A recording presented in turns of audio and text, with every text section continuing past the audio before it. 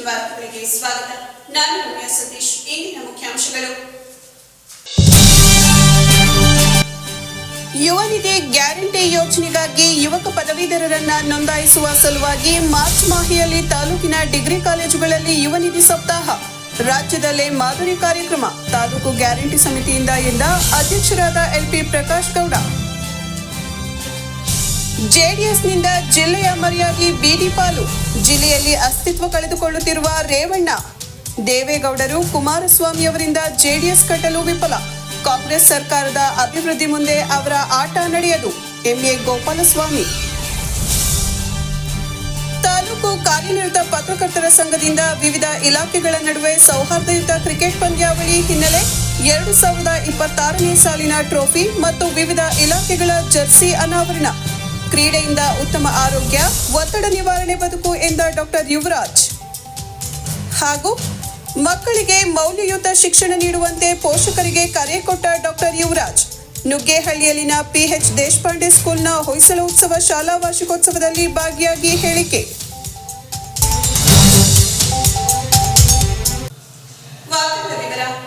Guarantee ಯೋಜನೆಯ ಭಾಗವಾಗಿರುವ ಯುವ ನಿಧಿ ಯೋಜನೆಗೆ ಫಲಾನುಭವಿಗಳನ್ನು ಗುರುತಿಸುವ ಸಲುವಾಗಿ ತಾಲೂಕು ಗ್ಯಾರಂಟಿ ಸಮಿತಿಯು ತಾಲೂಕಿನ ಪ್ರತಿ ಪದವಿ ಕಾಲೇಜುಗಳಿಗೆ ಭೇಟಿ ನೀಡಿ ಅಂತಿಮ ವರ್ಷದ ಪದವಿ ವಿದ್ಯಾರ್ಥಿಗಳಿಗೆ ನೋಂದಣಿ ಕುರಿತಾಗಿ ಅರಿವು ಮೂಡಿಸುವ ಯುವ ನಿಧಿ ಸಪ್ತಾಹ ಹಮ್ಮಿಕೊಳ್ಳುವುದಾಗಿ ತಾಲೂಕು ಗ್ಯಾರಂಟಿ ಸಮಿತಿ ಅಧ್ಯಕ್ಷ ಎಲ್ಪಿ ಪ್ರಕಾಶ್ ಗೌಡ ಹೇಳಿದರು.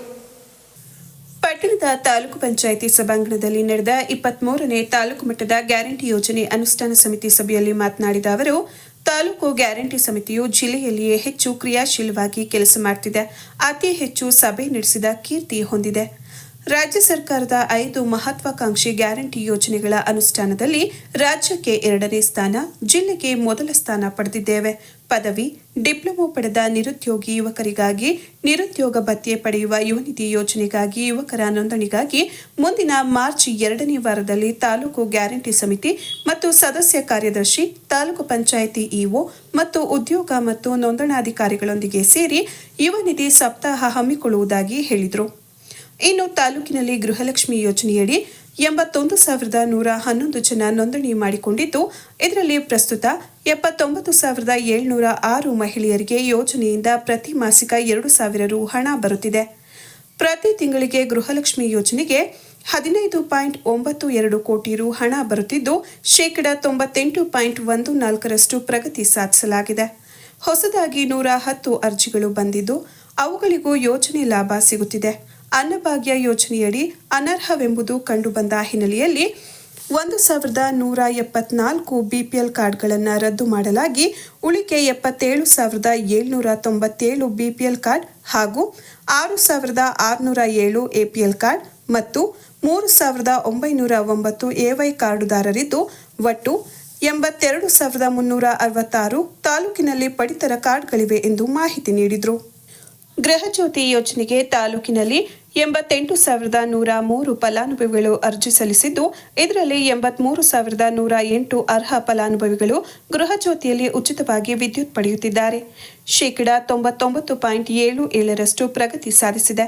ಇದರ ಜೊತೆಗೆ ಶಕ್ತಿ ಯೋಜನೆಯ ಮೂಲಕ ತಾಲೂಕಿನಲ್ಲಿ ಪ್ರತಿ ತಿಂಗಳು ಸರಾಸರಿ 8,21,569 ಮಹಿಳೆಯರು ಉಚಿತವಾಗಿ ಪ್ರಯಾಣ ಮಾಡಿದ್ದು, ಸರ್ಕಾರದಿಂದ 2.99 ಕೋಟಿ ಅನುದಾನ ಬಂದಿದೆ ಎಂದ ಅವರು, ರಾಜ್ಯ ಸಮಿತಿಯ ನಿರ್ದೇಶನದ ಮೇರೆಗೆ ಬಸ್ ನಿಲ್ದಾಣವನ್ನು ಸಮಿತಿಯು ಪರಿಶೀಲನೆ ನಡೆಸಿ ಪ್ರಯಾಣಿಕರಿಗೆ ಅಗತ್ಯವಿರುವ ಮೂಲಭೂತ ಸೌಲಭ್ಯ ಕಲ್ಪಿಸುವ ಕ್ರಮ ವಹಿಸಲಾಗಿದೆ ಎಂದರು. ತಾಲೂಕು ಪಂಚಾಯಿತಿ ಸಹಾಯಕ ನಿರ್ದೇಶಕರಾದ ಗಿರೀಶ್ ಸೇರಿ ಸಭೆಯಲ್ಲಿ ಗ್ಯಾರಂಟಿ ಯೋಜನೆ ಅನುಷ್ಠಾನ ಸಮಿತಿ ಸದಸ್ಯರು ಮತ್ತು ಅಧಿಕಾರಿಗಳು ಹಾಜರಿದ್ದರು. ದಾಖಲೆ 23ನೇ ಸಾಮಾನ್ಯ ಸಭೆ ಪ್ರತಿಷ್ಠಿತ ಅಂದರೆ ನಮ್ಮ ಜಿಲ್ಲೆಯಲ್ಲಿ ಯಾರೂ ಕೂಡ 23 ಸಭೆಗಳನ್ನು ಮಾಡಿಲ್ಲ, ನಾವು ಮಾಡಿದ್ದೀವಿ. ಜೊತೆಗೆ ರಾಜ್ಯ ಸಮಿತಿಯಲ್ಲೂ ಕೂಡ 2ನೇ ಸ್ಥಾನದಲ್ಲಿದ್ದೀವಿ, ಹಾಸನದಲ್ಲಿ ಮುಂಚೂಣಿಯಲ್ಲಿದ್ದೀವಿ. ನಮ್ಮ ಸಮಿತಿಯ ಸದಸ್ಯರು ಕೇಳ್ಕೊಂಡಾಗೆ ಹಾಗೂ ನಮ್ಮ ಆಫೀಸರು ಹೇಳಿದಂಗೆ ನಮ್ಮಲ್ಲಿ ಗೃಹಲಕ್ಷ್ಮಿ ಯೋಜನೆಯಲ್ಲಿ ಅತಿ ಹೆಚ್ಚು ಬಹುಶಃ ನಾವು 81,111 ಜನ ಮಹಿಳೆಯರು ನೋಂದಣಿ ಮಾಡಿದ್ದಾರೆ. ಹಾಸನ ಜಿಲ್ಲೆಯಲ್ಲಿ ನಾವು ಸೆಕೆಂಡ್ ಪ್ಲೇಸ್ ಇದ್ದೀವಿ. ನಮ್ಮ ಮೇಡಮ್ ಹೇಳಿದಂಗೆ 98.28% ನಮ್ಮಲ್ಲಿ ಸಾಧನೆ ಆಗಿದೆ. ಇದಕ್ಕೆ ನಮ್ಮ ಸಮಿತಿಯ ಸದಸ್ಯರು ಮತ್ತು ಎಲ್ಲ ಆಫೀಸರ್ಸ್ ಕೂಡ ಸಹಕಾರ ಇದೆ. ಜೊತೆಗೆ ಈಗ ಮೇಡಮ್ ಹೇಳಿದಂಗೆ 110 ಹೊಸ ಅರ್ಜಿಗಳನ್ನು ನಾವೀಗ ಅದನ್ನು ಹೊಸದಾಗಿ ಆ್ಯಡ್ ಮಾಡ್ತಾಯಿದ್ದೀವಿ. ಗೃಹಲಕ್ಷ್ಮಿ ಯೋಜನೆ ನಮ್ಮ ತಾಲೂಕಿನಲ್ಲಿ ಯಾವುದೇ ಗೊಂದಲ ಇಲ್ಲ. ಚೆನ್ನಾಗಿ ವರ್ಕ್ ಆಗಿದೆ. ಎಲ್ಲ ಮಹಿಳೆಯರು ಕೂಡ ಇದರಿಂದ ಸದುಪಯೋಗ ಪಡ್ಕೊಂಡಿದ್ದಾರೆ. ಸರ್ಕಾರಗತ ಮತ್ತು ಬರ್ತಕ್ಕಂಥ ಏನು ಹಣ ಇದೆ ನೇರವಾಗಿ ಯಾವುದೇ ಅಡೆತಡೆ ಇಲ್ಲದೆ ಫಲಾನುಭವಿಗಳ ಖಾತೆಗೆ ಹೋಗ್ತಾ ಇದೆ. ಹಾಗಾಗಿ ನಮಗೆ ಗೃಹಲಕ್ಷ್ಮಿ ಯೋಜನೆ ಚೆನ್ನಾಗಿ ಕೆಲಸ ಮಾಡಿದೆ. ಅದಕ್ಕೆ ಸಂಬಂಧಪಟ್ಟ ಸದಸ್ಯರು ಮತ್ತು ಆಫೀಸ್ಗಳ ಸಹಕಾರ ತುಂಬ ಚೆನ್ನಾಗಿದೆ. ಆನಂತರ ತಿಂಗಳು ಸರ್ ಟೋಟಲ್ ನಮಗೆ ಫರ್ ಮಂತ್ 15,92,12,12,000 ರೂಪಾಯಿನ ನೇರವಾಗಿ ಇದು ಫಲಾನುಭವಿಗಳ ಖಾತೆಗೆ ಹೋಗ್ತಿದೆ. ಒಂದು ಹೆಮ್ಮೆಯ ವಿಚಾರ. ಅದ್ರ ಜೊತೆಗೆ ನಮ್ಮ ಶಕ್ತಿ ಆಯಿತು ಯೋಜನೆ ಸರ್ ಟೋಟಲಿ ಆಫೀಸ್ ಹೇಳಿದಂಗೆ ನಮ್ಮ ತಾಲೂಕಿಗೆ ತಿಂಗಳಿಗೆ 23,80,000 ಹಣ ಬರ್ತಾಯಿದೆ. ಅದರಲ್ಲಿ ಟೋಟಲಿ 789 ಜನ ರಿಜಿಸ್ಟ್ರೇಷನ್ ಮಾಡಿಸ್ಕೊಂಡಿದ್ದಾರೆ. ಜೊತೆಗೆ ನಾವು ಈ ಒಂದು ಹೊಸ ಕಾನ್ಸೆಪ್ಟನ್ನು ನಮ್ಮ ಸ್ಟೇಟಲ್ಲಿ ಮಾಡಬೇಕು. ನಮ್ಮ ಸದಸ್ಯರ ಒತ್ತಾಯದ ಮೇರೆಗೆ ನೆಕ್ಸ್ಟ್ ಮಾರ್ಚ್ 2nd ವೀಕಿಂದ ನಾವೆಲ್ಲ ಸೇರಿ ಚಂದ್ರಾಪಟ್ಟಣ ಹತ್ರ ಎಷ್ಟು ಕಾಲೇಜುಗಳಿದೆ ಪ್ರತಿ ಡೇ ಬೈ ಡೇ 7 ದಿನ ನಾವು ಯುವನಿಧಿ ಸಪ್ತಾಹ ಅನ್ನೋದೊಂದು ಹೊಸ ಕಾನ್ಸೆಪ್ಟನ್ನು ರದ್ದು ಮಾಡಿ ಅದನ್ನು ನಮ್ಮ ತಾಲೂಕು ಪ್ರಪ್ರಥಮವಾಗಿ ನಾವು ಮಾಡ್ತಕ್ಕಂಥದ್ದು ನಮ್ಮ ಸದಸ್ಯರ ಸಹಕಾರದೊಂದಿಗೆ ನಾವು ಮಾಡಬೇಕು ಅನ್ನೋ ಒಂದು ನಿರ್ಣಯ ಕೈಗೊಂಡಿದ್ವಿ. ಅದು ಪ್ರಕಾರ ನಾವು ಸಂಬಂಧಪಟ್ಟಂತೆ ಪಬ್ಲಿಕೇಶನ್ ಅಂದರೆ ಅದಕ್ಕೆ ನಮ್ಮ ಸಮಿತಿಯಿಂದ ಬ್ಯಾನರ್ನ ರೈಸ್ ಮಾಡಿ ಅದನ್ನು ಸ್ವಲ್ಪ ಹೈಲೈಟ್ಸ್ ಮಾಡ್ತಕ್ಕಂಥದ್ದು ಇದರ ಉದ್ದೇಶ. ಇರ್ತಕ್ಕಂಥ ವಿದ್ಯಾರ್ಥಿಗಳಿಗೆ ಅದನ್ನು ಸರ್ಕಾರದ ಸಲಹೆಯನ್ನು ಮತ್ತು ಇದರ ಬೆನಿಫಿಟನ್ನು ಉಪಯೋಗಿಸುವ ಉದ್ದೇಶದಲ್ಲಿ ಮಾರ್ಚ್ 2nd ವೀಕ್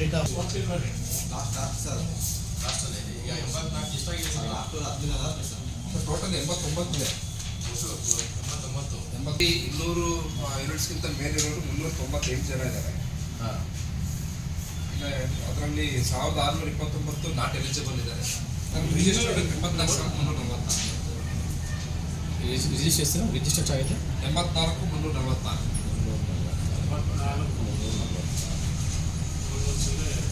99.26.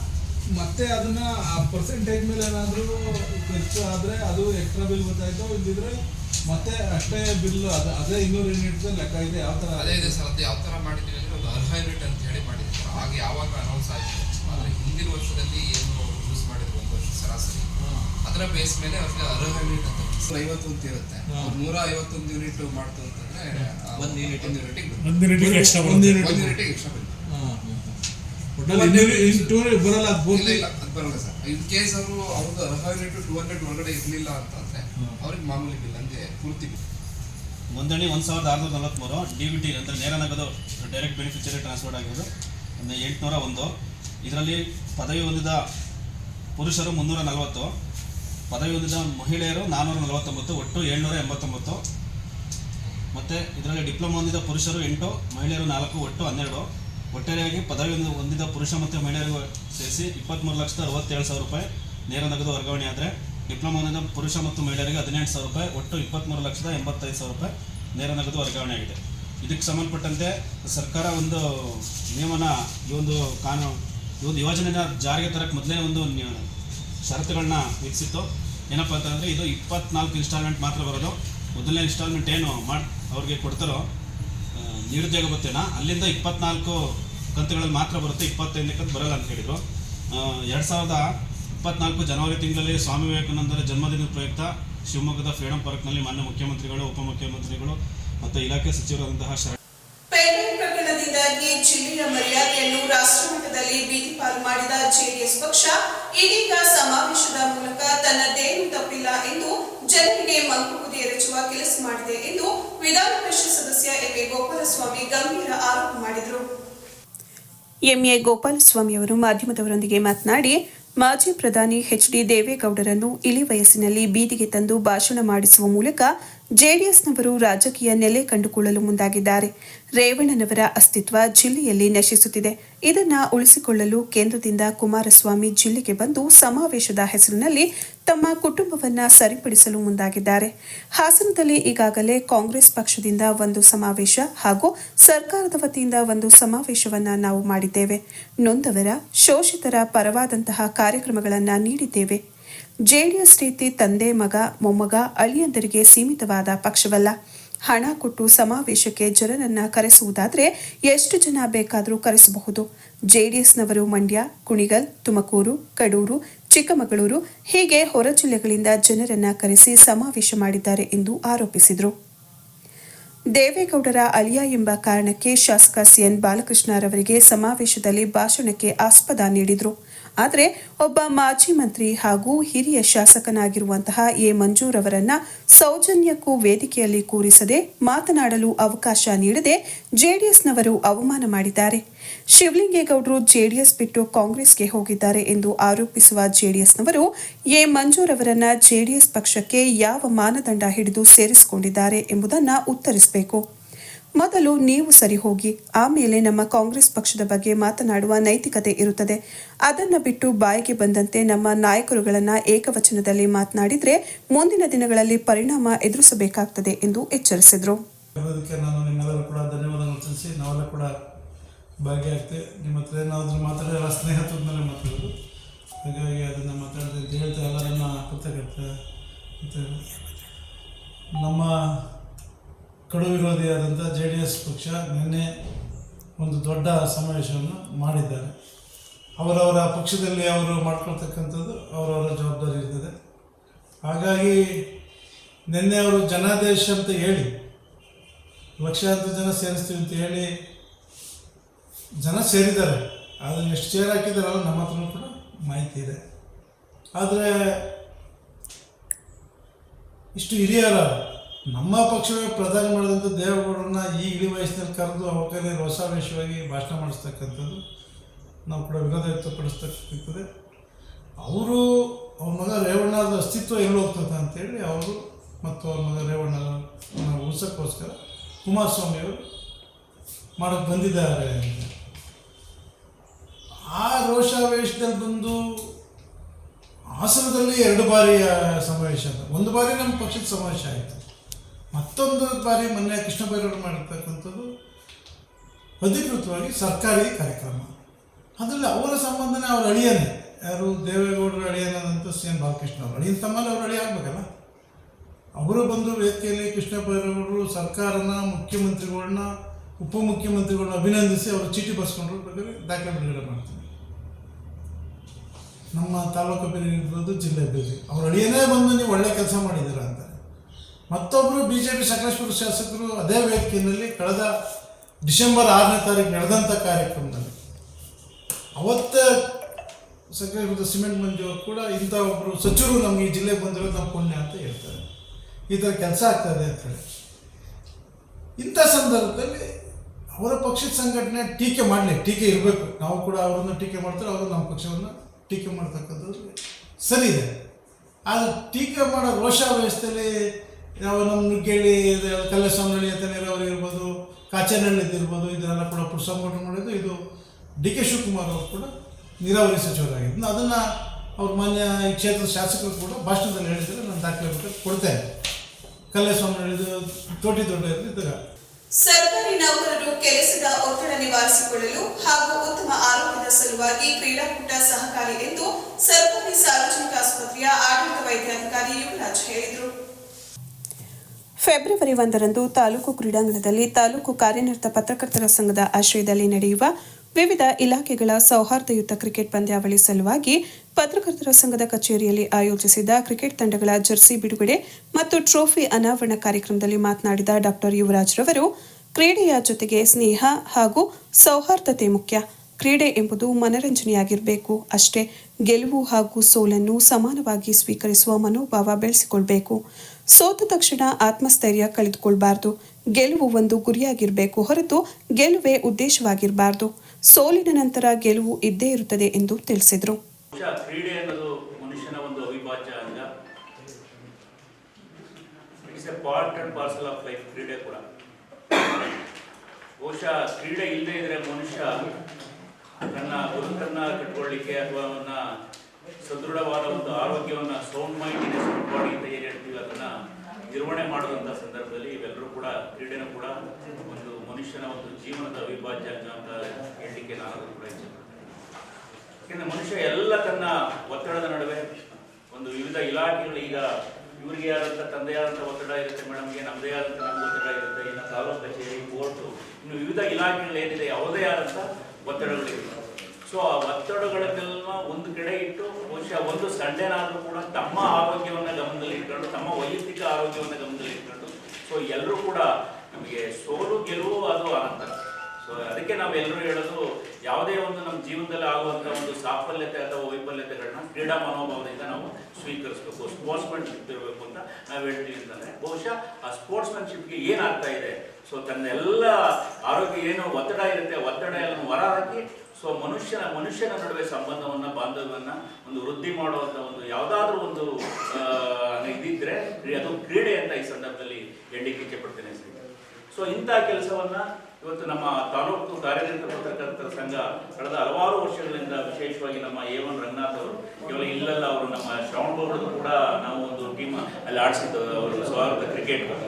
ಸೊ ಅವರು ಇಡೀ ತಾಲೂಕಿನಲ್ಲಿ ಇದನ್ನ ಮುಂಚೂಣಿನ ಜವಾಬ್ದಾರಿಯನ್ನು ತಗೊಂಡು ಎಲ್ಲ ಇಲಾಖೆಯನ್ನ ಸಮನ್ವಯನ ಸಾಧಿಸಿ ಇವತ್ತು ನಮ್ಮ ತಾಲೂಕು ಕಾರ್ಯನಿರತ ಪತ್ರಕರ್ತರ ಸಂಘ ಒಂದು ಉತ್ತಮವಾದ ಕೆಲಸವನ್ನ ಮಾಡ್ತಾ ಇದೆ.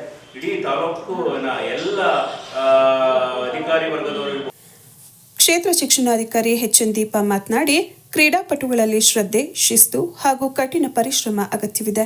ನಿರಂತರ ಅಭ್ಯಾಸದಿಂದ ಯಾವುದೇ ಕ್ರೀಡೆಯಲ್ಲಿ ಭಾಗವಹಿಸಿದರೆ ಸಾಧನೆಯ ಗುರಿ ಸುಲಭವಾಗಲಿದೆ. ಇಲಾಖೆಗಳ ನಡುವೆ ಉತ್ತಮ ಬಾಂಧವ್ಯ ಹೊಂದಲು ಪತ್ರಕರ್ತರ ಸಂಘ ಪ್ರತಿ ವರ್ಷ ನಡೆಸುವ ಕ್ರಿಕೆಟ್ ಸಹಕಾರಿಯಾಗಿದೆ. ಎಲ್ಲ ತಾಲೂಕು ಮಟ್ಟದ ಅಧಿಕಾರಿಗಳು, ವಿವಿಧ ಇಲಾಖೆಗಳ ನೌಕರರು ದಿನವಿಡೀ ತಮ್ಮ ಜಂಜಾಟವನ್ನೆಲ್ಲ ಮರೆತು ಆಟದಲ್ಲಿ ತೊಡಗಿ ಮನರಂಜಿಸುವ ಕಾರ್ಯ ಇತರೆ ತಾಲೂಕಿಗೆ ಮಾದರಿಯಾಗಿದೆ ಎಂದರು. ನಾವು ವಿರೋಧವಾಗಿ ಏನಾದರೂ ಕೆಲಸವನ್ನು ಸರಿಯಾಗಿ ಮಾಡಲಿಲ್ಲ ಅಂದಾಗ ಅದನ್ನು ನಮಗೆ ಎಚ್ಚರಿಕೆಯನ್ನು ಸಹ ಕೊಡ್ತಕ್ಕಂಥ ಮಾಡ್ತಕ್ಕಂಥ ಕೆಲಸ ಮಾಡ್ತಾರೆ. ಆದರೂ ಸಹ ಏನಂದರೆ ನಮ್ಮ ತಾಲೂಕಲ್ಲಿ ನೀವು ನೋಡಿದ್ರೆ ಬೇರೆ ತಾಲೂಕುಗಳಿಗೆ ನಾವು ನೋಡಿದಾಗ ಅಲ್ಲಿ ಏನು ಈ ರೀತಿ ಪಂದ್ಯಾವಳಿಯಾಗಲಿ ಇನ್ನೊಂದಾಗಿ ಒಂದು ಬಾಂಧವ್ಯವನ್ನು ಜಾಸ್ತಿ ಇಟ್ಕೊಂಡಿರಲ್ಲ. ಅಲ್ಲಿ ಏನಂದರೆ ಬಂದ ತಕ್ಷಣ ಬಂದರು, ಯಾರೋ ಪತ್ರಕರ್ತರು ಬಂದ್ರಪ್ಪ ಅಂತ ನಾವು ಅಲ್ಲಿ ನೋಡಿದ್ದೀವಿ. ಕಚೇರಿಗಳಲ್ಲಿ ನಾವು ಬೇರೆ ತಾಲೂಕುಗಳಲ್ಲಿ, ಜಿಲ್ಲೆಗಳಲ್ಲಿ ಕೆಲಸ ಮಾಡಿದಂಥ ಸಂದರ್ಭದಲ್ಲಿ. ಆದರೆ ನಮ್ಮ ಚನ್ನರಾಯಪಟ್ಟಣ ತಾಲೂಕಲ್ಲಿ ಆ ಒಂದು ವಾತಾವರಣ ಇಲ್ಲ ಅಂತ ನನ್ನ ಭಾವನೆ. ಎಲ್ಲರೂ ಸಹ ಸೌಹಾರ್ದಯುತವಾಗಿ ಕೆಲಸವನ್ನು ಮಾಡ್ತಾಯಿದ್ವಿ. ಈ ಒಂದು ಕ್ರಿಕೆಟ್ ಪ್ರತಿ ವರ್ಷವೂ ಸಹ ಈ ಒಂದು ಕ್ರೀಡಾಕೂಟವನ್ನು ಮಾಡ್ಕೊಂಡು ಬರ್ತಾ ಇದ್ದಾರೆ, ಉತ್ತಮವಾಗಿ ನಡೆಸ್ಕೊಂಡು ಬಂದಿದ್ದಾರೆ. ಒಂದಿನಾದರೂ ಸಹ ಎಲ್ಲರೂ ಎಲ್ಲ ಇಲಾಖೆಯವರು ನಾವೆಲ್ಲರೂ ಒಂದು ರೀತಿ ಹೇಗೆ ಅಂದರೆ ಭಾನುವಾರ ನಮಗೆ ರಜೆ ಇರಲ್ಲ, ಆ ಒಂದು ಒತ್ತಡದಲ್ಲಿ ಕೆಲಸ ಮಾಡ್ತಾ ಇರ್ತೀವಿ. ರಾತ್ರಿ 10 ಗಂಟೆ ಆಗಲಿ 8 ಗಂಟೆ ಆಗಲಿ ಕೆಲಸ ಮಾಡ್ತಿರ್ತೀವಿ. ಈಗ ಎಲ್ಲ ಇಲಾಖೆಯವರು ಸೇರ್ಕೊಂಡು ಒಂದು ಕ್ರೀಡಾಕೂಟ ಸ್ಪರ್ಧೆ ಅನ್ನೋದಕ್ಕಿಂತಲೂ ಎಲ್ಲರೂ ಒಂದಿನ ಸಮಯನ ಕಳೀತಕ್ಕಂಥ ಒಂದು ಕೆಲಸನ ಮಾಡಲಿಕ್ಕೆ ಒಂದು ಅವಕಾಶವನ್ನು ನಮ್ಮ ತಾಲೂಕು ಪತ್ರಕರ್ತರ ಸಂಘದ ವತಿಯಿಂದ ಎಲ್ಲರೂ ಸಹ ಮಾಡಿಕೊಟ್ಟಿದ್ದೀರ. ಆಮೇಲೆ ಸ್ಪರ್ಧೆನೂ ಇರುತ್ತೆ, ನಾವು ನೋಡಿದ್ದೀವಿ. ಪ್ರತಿ ವರ್ಷವೂ ನಮ್ಮ ಎಲ್ಲ ಇಲಾಖೆಯವರು ಸಂಜೆ ಹೊತ್ತು 6 ಗಂಟೆ ಆಗಲಿ ನಾವು ಅಲ್ಲಿ ಇದನ್ನು ಹೊಡೆದಾಗ ಸ್ಟೇಡಿಯಮಲ್ಲಿ ಅಲ್ಲಿ ತರಬೇತಿಯನ್ನು ತಗೊಳ್ಳಿಕ್ಕೆ ಎಲ್ಲರೂ ಅಂದರೆ ಏನಾದರೂ ಸರಿ ಕಪ್ ಪಡಿಬೇಕು ಅನ್ನೋ ಒಂದು ಉದ್ದೇಶದಿಂದ ಎಲ್ಲ ಇಲಾಖೆಯವರು ಶ್ರಮ ವಹಿಸ್ತಾ ಇದ್ದಾರೆ, ನನಗೆ ಗೊತ್ತಿರೋಂಗೆ. ಆಮೇಲೆ ಅವ್ರದ್ದೇ ಆದಂಥ ಒಂದು ಟೀಮನ್ನು ಸಹ ಪ್ರತಿ ವರ್ಷವೂ ಮಾಡ್ಕೊಂಬರ್ತಿದ್ದಾರೆ. ಆಮೇಲೆ ನಾನು ನೋಡಿದಂಗೆ ಪೊಲೀಸ್ ಇಲಾಖೆನೇ ಒಂದು ವರ್ಷವೂ ಸಹ ಬಹುಮಾನವನ್ನು ಪಡೆದಿತ್ತು. ಆದರೆ ಈ ಸಲ ಹೌದಾ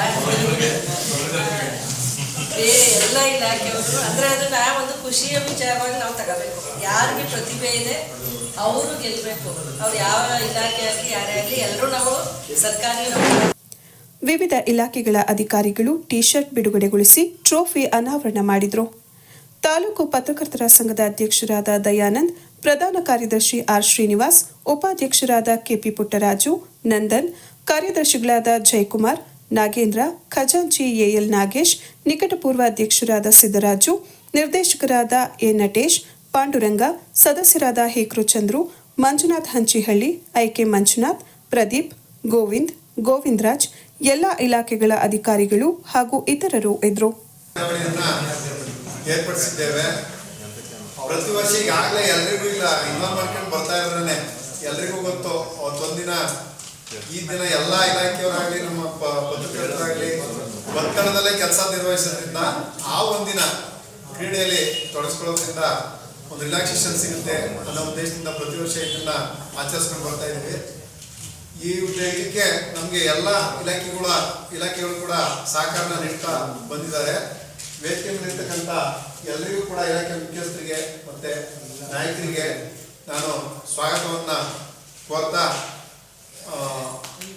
ಪ್ರತಿನಿತ್ಯ ನಿಮಗೆ ಗೊತ್ತು, ಪ್ರತಿನಿತ್ಯ ಏನೇ ಜಂಜಾಟ ಏನೇ ಇದ್ರೂ ಕೂಡ ಕ್ರೀಡೆಯಲ್ಲಿ ತೊಡಗಿಕೊಂಡಿರ್ತಕ್ಕಂಥವ್ರಿಗೆ ಸ್ಪೋರ್ಟ್ಸ್ ಮೈಂಡ್ ಮತ್ತು ಇದನ್ನ ಈ ಒತ್ತಡದಲ್ಲಿ ಇವತ್ತು ಆಲ್ರೆಡಿ ಬೇರೆ ಬೇರೆ ಕಾಯಿಲೆ ಗೊತ್ತಾಗೋದ್ರ ಗೊತ್ತು. ಪ್ರತಿದಿನ ಈ ಥರದ್ದು ಕ್ರೀಡಾ ಚಟುವಟಿಕೆ, ವ್ಯಾಯಾಮ, ಯೋಗ, ಧ್ಯಾನದಿಂದಾಗಿ ಇವೆಲ್ಲ ನಿವಾರಣೆ ಆಗೋದ್ರಿಂದ ಅದ್ರ ಜೊತೆಗೆ ಒಂದು ಭಾನುವಾರ ಅವರ ಬೇರೆ ಬೇರೆ ಜಂಜಟಗಳನ್ನ ಬಿಟ್ಟು ಆ ಸ್ಟೇಡಿಯಮ್ಮಲ್ಲಿ ಒಂದು ಸ್ಪೋರ್ಟ್ಸ್ ಮೈಂಡಲ್ಲಿ ಸೋತ್ರು ಕೂಡ ಅವತ್ತು ಯಾರು ಬೇಜಾರು ಮಾಡ್ಕೊಳ್ದಂಗೆ ಸೋಲು ಗೆಲುವು ಎರಡು ಸಮಾನವಾಗಿ ತಗೊಂಡು ಅದನ್ನೇ ಎಂಜಾಯ್ ಮಾಡ್ತಾ ಇರ್ತಾರೆ. ಹಾಗಾಗಿ ದಯಮಾಡಿ ಈ ಟ್ರೋಫಿ ಅನಾವರಣ ಕೆಲವೇ ಕ್ಷಣದಲ್ಲಿ ಆಗಲಿದೆ. ಅವತ್ತಿನ ದಿನ ಕೂಡ ಎಲ್ಲರೂ ಬೆಳಿಗ್ಗೆ 7 ಗಂಟೆಗೆ ಓಪನ್ ಟೈಸ್ ಕಾಪಿ ಹಾಕಲಾಗುತ್ತೆ. ಓಪನ್ ಟೈಸ್ ಕಾಪಿ ಹಾಕಲಾಗುತ್ತೆ. ಅದ್ರ ನಿಯಮಾವಳಿಗಳನ್ನೆಲ್ಲ ರಂಗಣ್ಣರು ಹೇಳ್ತಾರೆ. ಇನ್ನು ಈಗ ಆಲ್ರೆಡಿ ಪ್ರತಿ ವರ್ಷ ಹೇಳ್ದಂಗೆನೆ ಯಾರು ಇನ್ನು ನಮ್ಮ ತಾಲೂಕಲ್ಲಿ ಕೆಲಸ ನಿರ್ವಹಿಸ್ತಾ ಇರಬೇಕು, ಟ್ರಾನ್ಸ್ಫರ್ ಆಗಿರೋರು ಇರಬಾರ್ದು, ಅಲ್ಲಿ ಯಾವ ಆಭಾಸ ಆಗಬಾರ್ದು. ಆ ಥರದ್ದೆಲ್ಲ ಫೋಟೋ ಸಮೇತ ಈ ಸಲ ಕಾಪಿ ಎಲ್ಲ ಮೊದಲೇ ಕೊಟ್ಟಿದ್ರಿ. ಅದನ್ನ ಪೂರ್ತಿ ಒಂದು ಕ್ರೀಡಾ ಒಂದು ಆಯೋಜನೆ ಅಲ್ಲಿ ನಡೆಸ್ಕೊಳ್ಳೋದು ಒಂದು ಅಂಪೈರ್ ಇರ್ಬೋದು. ಪೋಷಕರು ತಮ್ಮ ಮಕ್ಕಳಿಗೆ ಮೌಲ್ಯಾಧಾರಿತ ಶಿಕ್ಷಣಕ್ಕಿಂತ ಅಂಕಗಳ ಆಧಾರಿತ ಶಿಕ್ಷಣಕ್ಕೆ ಹೆಚ್ಚಿನ ಒತ್ತು ನೀಡುತ್ತಿರುವುದರಿಂದ ಮಕ್ಕಳು ಒತ್ತಡಕ್ಕೆ ಒಳಗಾಗುತ್ತಿದ್ದಾರೆ. ಈ ಬಗ್ಗೆ ಪೋಷಕರು ತಮ್ಮ ಮಕ್ಕಳ ಮನಸ್ಥಿತಿ ಅರಿಯಬೇಕಾಗಿದೆ ಎಂದು ತಾಲೂಕು ಸಾರ್ವಜನಿಕ ಆಸ್ಪತ್ರೆ ಆಡಳಿತಾಧಿಕಾರಿ ಡಾಕ್ಟರ್ ಯುವರಾಜ್ ಅಭಿಪ್ರಾಯ ವ್ಯಕ್ತಪಡಿಸಿದರು. ನುಗ್ಗೇಹಳ್ಳಿ ಹೋಬಳಿ ಕೇಂದ್ರದ PH ದೇಶಪಾಂಡೆ ಪಬ್ಲಿಕ್ ಸ್ಕೂಲ್ ವತಿಯಿಂದ 2025-26ನೇ ಸಾಲಿನ ಹೊಯ್ಸಳೋತ್ಸವ ಶಾಲಾ ವಾರ್ಷಿಕೋತ್ಸವ ಕಾರ್ಯಕ್ರಮವನ್ನು ಉದ್ಘಾಟಿಸಿ ಮಾತನಾಡಿದ ಅವರು, ನಮ್ಮ ಪೂರ್ವಿಕರ ಕಾಲದಲ್ಲಿ ಗುರುಕುಲ ಮಾದರಿಯಲ್ಲಿ ಮಕ್ಕಳಿಗೆ ಶಿಕ್ಷಣ ನೀಡಲಾಗುತ್ತಿತ್ತು. ಗುರುಕುಲದಲ್ಲಿ ಪಾಠ ಹೇಳಿಕೊಡುವುದರ ಜೊತೆಗೆ ಸಂಸ್ಕೃತಿ, ಧರ್ಮ, ಯೋಗದ ಜೊತೆಗೆ ಮಾನವೀಯ ಮೌಲ್ಯಗಳ ಬಗ್ಗೆ ಹೆಚ್ಚಾಗಿ ಹೇಳಿಕೊಡಲಾಗುತ್ತಿತ್ತು. ಇದರಿಂದ ಅವರು ತಂದೆ ತಾಯಿ, ಅಜ್ಜಿ, ತಾತಂದಿರು ಸೇರಿದಂತೆ ಗುರು ಹಿರಿಯರನ್ನು ಮಕ್ಕಳು ಹೆಚ್ಚು ಗೌರವಿಸುತ್ತಿದ್ದರು. ಇಂದಿನ ವೈಜ್ಞಾನಿಕ ಸ್ಪರ್ಧಾ ಶಿಕ್ಷಣ ಯುಗದಲ್ಲಿ ಎಲ್ಲವೂ ಮಾಯವಾಗಿ ಸಂಬಂಧಗಳನ್ನೇ ಮರೆಯುವಂತೆ ಆಗಿದೆ. ಈ ಬಗ್ಗೆ ಎಲ್ಲರೂ ಚಿಂತಿಸುವ ಅಗತ್ಯವಿದೆ ಎಂದರು. ನುಗ್ಗೇಹಳ್ಳಿ ಹೋಬಳಿ ಕೇಂದ್ರದಲ್ಲಿ ಕಳೆದ 16 ವರ್ಷಗಳಿಂದ PH ದೇಶಪಾಂಡೆ ಪಬ್ಲಿಕ್ ಸ್ಕೂಲ್ ವತಿಯಿಂದ ಈ ಭಾಗದ ಮಕ್ಕಳಿಗೆ ಗುಣಮಟ್ಟದ ಆಂಗ್ಲ ಮಾಧ್ಯಮ ಶಿಕ್ಷಣ ಕೊಡಲಾಗುತ್ತಿದೆ. ಶಾಲೆಯಲ್ಲಿ ಮಕ್ಕಳಿಗೆ ಗುರುಕುಲ ಮಾದರಿಯಲ್ಲಿ ವಿಶೇಷವಾಗಿ ಶಿಕ್ಷಣ ನೀಡುತ್ತಿರುವುದು ಹೆಮ್ಮೆಯ ವಿಷಯವಾಗಿದೆ ಎಂದರು. ಎಷ್ಟು ಮಾರ್ಕ್ಸ್ ಬಂತು, ನೀನು 100ಕ್ಕೆ ಎಷ್ಟು ತೆಗೆದೆ ಅಥವಾ 80ಕ್ಕೆ ಎಷ್ಟು ತೆಗೆದೆ ಅಥವಾ 20ಕ್ಕೆ ಎಷ್ಟು ಬಂತು ನಿನಗೆ ಅಂತ ಕೇಳ್ತಾರೆ ಹೊರತು ಆ ಮೌಲ್ಯಗಳನ್ನ ಆ ವಿದ್ಯಾಭ್ಯಾಸದ ಮೌಲ್ಯಗಳು ಇವತ್ತು ಕುಸಿದು ಹೋಗಿವೆ ಸ್ನೇಹಿತರೆ. ಇವತ್ತು ಮೌಲ್ಯಾಧಾರಿತ ಶಿಕ್ಷಣಕ್ಕಿಂತ ಮಾರ್ಕ್ಸ್ ಆಧಾರಿತ ಶಿಕ್ಷಣಕ್ಕೆ ಹೆಚ್ಚು ಒತ್ತನ್ನ ಕೊಡ್ತಾ ಇರೋದ್ರಿಂದ ಇವತ್ತು ನಮ್ಮ ಮಕ್ಕಳೆಲ್ಲ ಇವತ್ತು ಹಲವಾರು ರೀತಿಯ ಡಿಪ್ರೆಷನ್ ಇರ್ಬೋದು, ಹಲವಾರು ರೀತಿಯ ಒತ್ತಡವನ್ನ ಎದುರಿಸಾಗ್ತಕ್ಕಂಥ ಈ ಸಂದರ್ಭವನ್ನು ನಾವೆಲ್ಲ ನೋಡಿದ್ದೇವೆ. ಇವತ್ತು ಎಲ್ಲ ಡಿವೈಡೆಡ್ ಫ್ಯಾಮಿಲಿ, ನ್ಯೂಕ್ಲಿಯರ್ ಫ್ಯಾಮಿಲಿ ಆಗೋಗಿದೆ. ಮುಂಚೆ ಎಲ್ಲ ಅಜ್ಜಿಗಳಿದ್ರು, ತಾತಂದಿರಿದ್ರು, ಅವರು ಮಾರಲ್ ಎಜುಕೇಶನ್ ಕೊಡ್ತಾ ಇದ್ರು, ಮಾರಲ್ ಸಪೋರ್ಟ್ ಕೊಡ್ತಾ ಇದ್ರು. ಸೊ ನೀವು ಅಪ್ಪ ತಂದೆ ತಾಯಿ ಎಲ್ಲ ಹೊಡೆದ್ರೆ ಅಜ್ಜಿ ತಕ್ಕೋಗಿ ಅವನು ಅಜ್ಜಿ ತಕ್ಕೋಗಿ ಮಲ್ಕೋವಂತ ಮಗು ಇವತ್ತು ಕೇವಲ ಆ ಕಡೆ ತಂದೆ ಈ ಕಡೆ ತಾಯಿ, ಮಗು ಏನು ಫೋನ್ ಹಿಡ್ಕೊಂಡು ಅದ್ರ ಪಾಡಿಗೆ ಅದು ತನ್ನ ಅದು ಲೋಕದಲ್ಲೇ ಮುಳುಗಿರುತ್ತೆ ಅದು. ಸೊ ಅಂತ ಒಂದು ಸನ್ನಿವೇಶ ಇವತ್ತು ನಿರ್ಮಾಣ ಆಗಿದೆ. ಸೊ ನಾವೆಲ್ಲರೂ ಕೂಡ ಇವತ್ತು ಮಾರ್ಕ್ಸ್ ಆಧಾರಕ್ಕಿಂತ ಹೆಚ್ಚು ಮೌಲ್ಯ ನೀತಿ ಶಿಕ್ಷಣಕ್ಕೆ ಹೆಚ್ಚು ಒತ್ತನ್ನು ಕೊಡಬೇಕಾಗಿದೆ ಈ ಸಂದರ್ಭದಲ್ಲಿ. ಸೊ ಯಾವುದೇ ಮಕ್ಕಳು ನಮಗೆ ನೀತಿಯನ್ನ ಸಿಕ್ಕಿದ್ರೆ ಬದುಕನ್ನ ಕಟ್ಕೊಳ್ಳುವಂತವ, ಸೊ ಸಂಸ್ಕಾರಯುತ ಬದುಕನ್ನ ಕಟ್ಕೊಳ್ಳುವಂಥದ್ದು ಹೇಳ್ಬೇಕು. ಮಾರ್ಕ್ಸ್ಗಿಂತ ಹೆಚ್ಚಾಗಿ ಇಂದಿನ ಪರಿಸ್ಥಿತಿಯಲ್ಲಿ ಇಂಥ ಒಂದು ಸನ್ನಿವೇಶದಲ್ಲಿ ಮಾರ್ಕ್ಸ್ ಆಗ್ತಿಂತ ಮೌಲ್ಯಗಳು ಹೆಚ್ಚಬೇಕಾಗಿದೆ ಸನ್ನಿವೇಶ. ಯಾಕೆಂದ್ರೆ ನಾವೆಲ್ಲರೂ ನೋಡಿದ್ದೇವೆ ಎಂತ ಸೆನ್ಸಿಟಿವ್ ಮಕ್ಕಳಿದ್ದಾರೆ ಇವತ್ತು ಅಂತಂದ್ರೆ, ಎಂತ ಬಹಳ ಸೂಕ್ಷ್ಮತೆ ಇದೆ ಅಂತಂದ್ರೆ, ಮಕ್ಕಳುಗಳನ್ನ ಇವತ್ತು ಟೀಚರ್ಗಳು ಒಂದು ಮಾತಾಡ್ಲಿಕ್ಕೆ ಎದುರುಕೊಳ್ಳುವಂತ ಒಂದು ಸಂದರ್ಭ. ಸೊ ಯಾವುದೇ ರೀತಿ ಮುಂಚೆ ನೀವು ಹೊಡೆಯೋದಲ್ಲ, ಇವತ್ತು ಮಕ್ಕಳಿಗೆ ಏನಾದ್ರು ಹೊಡಿತು ಅಂತಂದ್ರೆ ಕಂಪ್ಲೇಂಟ್ ಲಾಕ್ ಮಾಡುವಂತ ಒಂದು ಸನ್ನಿವೇಶ ಬಂದಿದೆ ಇವತ್ತು. ಅದೇ ರೀತಿ ಮಕ್ಕಳ ಆಯೋಗಕ್ಕೆ ಹೋಗುವಂತ ಸನ್ನಿವೇಶ ಬಂದಿದೆ. ಸೊ ಇವೆಲ್ಲ ಏನ್ ತೋರಿಸ್ತಾ ಇದೆ ಅಂತಂದ್ರೆ, ಬಹುಶಃ ಎಲ್ಲೋ ಒಂದು ಕಡೆ ನಮ್ಮ ಶಿಕ್ಷಣದ ಮೌಲ್ಯ ನಿಜವಾಗ್ಲೂ ಕುಸಿತಾ ಇದೆ ಅಂತ ಹೇಳ್ತಾ ಇದ್ದೀವಿ. ಸೊ ಆದ್ರಿಂದ ಇದೆಲ್ಲನೂ ಬಿಟ್ಟು ಕ್ಷೇತ್ರ ಶಿಕ್ಷಣಾಧಿಕಾರಿ HN ದೀಪಾ ಮಾತನಾಡಿ, ಜಿಲ್ಲೆಯಲ್ಲಿ ವಿದ್ಯಾರ್ಥಿನಿಯರುಗಳ ಗರ್ಭಿಣಿ ಪ್ರಕರಣಗಳು ಹೆಚ್ಚಾಗ್ತಿದ್ದು, ಈ ಬಗ್ಗೆ ಮಕ್ಕಳ ಪೋಷಕರು ಹಾಗೂ ಖಾಸಗಿ ಮತ್ತು ಸರ್ಕಾರಿ ಶಾಲೆಗಳ ಶಿಕ್ಷಕರು, ಆಡಳಿತ ಮಂಡಳಿ ಸದಸ್ಯರು ಎಚ್ಚರ ವಹಿಸುವುದು ಸೂಕ್ತವಾಗಿದೆ. ಈ ಬಗ್ಗೆ ಉದಾಸೀನ ಮಾಡಿದರೆ ಸಂಬಂಧಪಟ್ಟ ಅಧಿಕಾರಿಗಳೇ ನೇರ ಹೊಣೆಯಾಗ್ತಾರೆ. ತಾಲೂಕಿನಲ್ಲಿ ಡ್ರಗ್ಸ್ ಸೇರಿದಂತೆ ಮಾದಕ ವಸ್ತುಗಳ ಮಾರಾಟದಿಂದ ವಿದ್ಯಾರ್ಥಿಗಳ ಬದುಕಿನ ಮೇಲೆ ಪರಿಣಾಮ ಬೀರುತ್ತಿದೆ. ಒಂದು ಬಾರಿ ಈ ವ್ಯಸನಕ್ಕೆ ಒಳಪಟ್ಟರೆ ಮತ್ತೆ ಅವರನ್ನು ಈ ಚಟದಿಂದ ಬಿಡಿಸುವುದು ಕಷ್ಟವಾಗುತ್ತದೆ. ಈ ಮಾರಾಟವನ್ನು ತಡೆಗಟ್ಟುವ ನಿಟ್ಟಿನಲ್ಲಿ ಎಲ್ಲರ ಸಹಕಾರ ಮುಖ್ಯವಾಗಿದೆ ಎಂದರು. ಪಿಎಚ್ ದೇಶಪಾಂಡೆ ಪಬ್ಲಿಕ್ ಸ್ಕೂಲ್ ಕಾರ್ಯದರ್ಶಿ ಶಶಿಕಲಾ ಎನ್ಎಲ್ ಮಂಜುನಾಥ್ ಮಾತನಾಡಿ, ಈ ಭಾಗದ ಮಕ್ಕಳಿಗೆ ಕಳೆದ 16 ವರ್ಷಗಳಿಂದ ಗುಣಮಟ್ಟದ ಇಂಗ್ಲಿಷ್ ಶಿಕ್ಷಣ ಕೊಡಲಾಗುತ್ತಿದೆ. ಶಿಕ್ಷಣದ ಜೊತೆಗೆ ಮಕ್ಕಳಲ್ಲಿ ಕ್ರೀಡೆ ಸೇರಿದಂತೆ ವಿವಿಧ ಸ್ಪರ್ಧೆಗಳಲ್ಲಿ ಭಾಗವಹಿಸಲು ಹೆಚ್ಚಿನ ತರಬೇತಿ ನೀಡುವ ಮೂಲಕ ಸ್ಪರ್ಧಾ ಭಾವನೆ ಬೆಳೆಸಲಾಗುತ್ತಿದೆ ಎಂದು ತಿಳಿಸಿದರು. ಹೊಯ್ಸಳ ಉತ್ಸವದ ಕಾರ್ಯಕ್ರಮಕ್ಕೆ ಆಗಮಿಸಿದ ಗಣ್ಯರನ್ನು ಶಾಲೆಯ ಮುಂಭಾಗದಿಂದ ವೀರಭದ್ರ ಜನಪದ ಕುಣಿತದೊಂದಿಗೆ ವೇದಿಕೆಗೆ ಕರೆತರಲಾಯಿತು. ಹಾಗೂ ಇಸಿಯು ಕರಿಯಪ್ಪನವ್ರೆ ಹಾಗೂ DRP ಶ್ರೀಕಾಂತ್ ಅವರೇ ಹಾಗೂ CRP ಮಂಜೇಗೌಡ್ರೆ ಹಾಗೂ ಈ ಒಂದು ಶಾಲೆಯ ಕಾರ್ಯದರ್ಶಿಗಳಾದಂಥ ಶ್ರೀಯುತ ಶಶಿಕಲಾ ಮಂಜುನಾಥ್ ಅವರೇ ಹಾಗೂ ವೇದಿಕೆಯಲ್ಲಿರ್ತಕ್ಕಂಥ ಎಲ್ಲ ಈ ಸಂಸ್ಥೆಯ ಡೈರೆಕ್ಟರ್ಗಳೇ ಹಾಗೂ ಪೋಷಕ ಮಿತ್ರರೇ ಹಾಗೂ ಪ್ರೀತಿಯ ವಿದ್ಯಾರ್ಥಿಗಳೇ, ಶಿಕ್ಷಕ ಮಿತ್ರರೇ ಹಾಗೂ ನುಗ್ಗೇಹಳ್ಳಿ ಗ್ರಾಮಸ್ಥರೇ, ಇದುವರೆಗೂ ಸಹ ನಮ್ಮ ಗುರುರಾಜ್ ಸರ್ ಅವರು ಹಾಗೂ ಆನಂದ್ ಸರ್ ಮಾತಾಡಿದರು. ಹಾಗೆ ನಾವು ಯಾವುದೇ ಒಂದು ಶಾಲೆಯಲ್ಲಿ ಅದು ಯಶಸ್ವಿಯಾಗಿ ಕಾರ್ಯನಿರ್ವಹಿಸಬೇಕು ಅಂತ ಹೇಳಿದ್ರೆ I cordially invite Dr. Yuvraj Sir, Administrative Medical Officer, Chandrayapatna, Srimati Deepa Ma'am. 2025-26ನೇ ಸಾಲಿನಲ್ಲಿ ಉತ್ತಮ ವಿದ್ಯಾರ್ಥಿಗಳಾಗಿ ಆಯ್ಕೆಗೊಂಡ ವಿದ್ಯಾರ್ಥಿಗಳಿಗೆ ವೇದಿಕೆ ಕಾರ್ಯಕ್ರಮದಲ್ಲಿ ಪ್ರಶಸ್ತಿ ನೀಡಿ ಸನ್ಮಾನಿಸಲಾಯಿತು. ಜೊತೆಗೆ ಮಕ್ಕಳು ವಿವಿಧ ಗೀತೆಗಳಿಗೆ ನೃತ್ಯ ಮಾಡುವ ಮೂಲಕ ಪೋಷಕರನ್ನು ರಂಜಿಸಿದರು. ಕಾರ್ಯಕ್ರಮದಲ್ಲಿ ತಾಲೂಕು ಕ್ರೀಡಾಧಿಕಾರಿ KT ಆನಂದ್, ಹೋಬಳಿ ಶಿಕ್ಷಣ ಸಂಯೋಜಕರಾದ ಕರಿಯಪ್ಪಗೌಡ, BRP ಶ್ರೀಕಾಂತ್, CRP ಮಂಜೇಗೌಡ, ಶಾಲಾ ಆಡಳಿತ ಮಂಡಳಿ ನಿರ್ದೇಶಕರಾದ ವಾಸು, ಸರೋಜಾ ಕೆಂಪರಾಜು, ಕನಕಲತಾ ರವೀಶ್, ಉಷಾರಾಜು, ಚಿನ್ಮಯ್, ಚಿರಾಗ್, ನಾಗರತ್ನ, ವಿಶ್ವಾಸ್, ಪ್ರಮುಖರಾದ ರೋಜಾ, ರೇಷ್ಮಾ, ಶಾಲೆಯ ಮುಖ್ಯ ಶಿಕ್ಷಕ JL ರವಿ, ಪೋಷಕರು, ಮಕ್ಕಳು, ಶಾಲೆಯ ಶಿಕ್ಷಕ ವೃಂದ ಹಾಜರಿದ್ದರು. ನಿಮ್ಮೆಲ್ಲರೂ ಕೂಡ ನಿಮ್ಮೆಲ್ಲರ ಸಹಕಾರದಿಂದ ನಾವು ಇವತ್ತು ಈ ದಿನ ಈ ಮಟ್ಟಕ್ಕೆ ಬರೋದಕ್ಕೆ ಕಾರಣ ಆಗಿದೆ. ಹಾಗೆಯೇ ನಮ್ಮ ಏನು ಇಲ್ಲಿರ್ತಕ್ಕಂಥ ವಿದ್ಯಾರ್ಥಿಗಳಿದ್ದೀರಿ, ವಿದ್ಯಾರ್ಥಿ ಮಿತ್ರರಿದ್ದೀರಿ, ನೀವು ಕೂಡ ನಿಮ್ಮ ಮುಂದಿನ ಜೀವನದಲ್ಲಿ ನೀವು ಕೂಡ ಒಂದು ಒಳ್ಳೆಯ ಉನ್ನತ ಹಂತಕ್ಕೆ ಬರಬೇಕು. ನಮ್ಮ ಇಲ್ಲಿರ್ತಕ್ಕಂಥ ದೀಪಾ ಮೇಡಮ್ ಇರ್ಬೋದು, ಅವರು ಇದೇ ನುಗ್ಗೇಹಳ್ಳಿನಲ್ಲಿ ಇಲ್ಲೇ ಇದ್ದು ಇಲ್ಲೇನೇ ಕಾರ್ಯನಿರ್ವಹಿಸಿ ಇವತ್ತು ನಮ್ಮ ತಾಲೂಕಿಗೆ ಅವರು ಶಿಕ್ಷಣ ಇಲಾಖೆಯ ವರಿಷ್ಠರು. ಆ ಸೇವೆಯಲ್ಲಿ ನುಗ್ಗೇಹಳ್ಳಿಗೆ ಒಂದು ಸಮುದಾಯ ಆರೋಗ್ಯ ಕೇಂದ್ರವನ್ನ ತರಬೇಕು ಅಂತ ಹೇಳಿ 2001, 2, 3ರಲ್ಲಿ ಹೆಚ್ಚಿನ ಹೋರಾಟವನ್ನು ಮಾಡಿದ್ರು. ಏಕೆಂದ್ರೆ ಪ್ರಾಥಮಿಕ ಆರೋಗ್ಯ ಘಟಕ ಆಗಿದ್ದಾಗ ಯಾವುದೇ ರೀತಿಯ ಸವಲತ್ತು ಇರಲಿಲ್ಲ. ಇತ್ತೀಚೆಗೆ ನಮ್ಮ ಸಮುದಾಯ ಆರೋಗ್ಯ ಕೇಂದ್ರದಲ್ಲಿ ಎಲ್ಲಾ ರೀತಿಯ ಸೌಲಭ್ಯ ಇದೆ, ಡಾಕ್ಟರ್ಸ್ ಇದ್ದಾರೆ, ಸಿಸ್ಟರ್ಸ್ ಇದ್ದಾರೆ, ಸಮಯಕ್ಕೆ ಸರಿಯಾಗಿ ಚಿಕಿತ್ಸೆ ಸಿಗ್ತಾ ಇದೆ ಅಂತ ಅಂದ್ರೆ ಈ ಎಲ್ಲ ಒಂದು ಗೌರವ ಸಲ್ಲೋದು ಡಾಕ್ಟರ್ ಯುವರಾಜ್ ಸರ್ಗೆ ಅಂತ ಹೇಳಿ ಘಂಟಾಘೋಷವಾಗಿ ಹೇಳ್ತಾರೆ. ಅವರ ಹೋರಾಟದ ಪರವಾಗಿ ಈ ದಿನ ನುಗ್ಗೇಹಳ್ಳಿಯಲ್ಲಿ ಸಮುದಾಯ ಆರೋಗ್ಯ ಕೇಂದ್ರ ಆಗಿದೆ. ಶ್ರೀಯುತರು ಈಗ ಚನ್ನರಾಯಪಟ್ಟಣ ತಾಲೂಕು ಆರೋಗ್ಯ ಕೇಂದ್ರದಲ್ಲಿ ಆಡಳಿತ ವೈದ್ಯಾಧಿಕಾರಿಗಳಾಗಿ ಕೆಲಸ ಮಾಡ್ತಾರೆ. ನಮ್ಮ ಕರೆಗೆ ಹೋಗೊಟ್ಟು ಕೊನೆಯಲ್ಲಿ ಮತ್ತೊಮ್ಮೆ ಮುಖ್ಯಾಂಶಗಳು.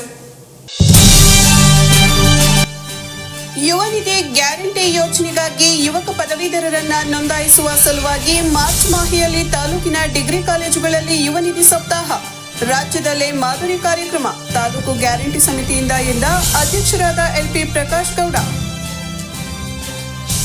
ಜೆಡಿಎಸ್ನಿಂದ ಜಿಲ್ಲೆಯ ಮರ್ಯಾದೆ ಬೀದಿ ಪಾಲು, ಜಿಲ್ಲೆಯಲ್ಲಿ ಅಸ್ತಿತ್ವ ಕಳೆದುಕೊಳ್ಳುತ್ತಿರುವ ರೇವಣ್ಣ.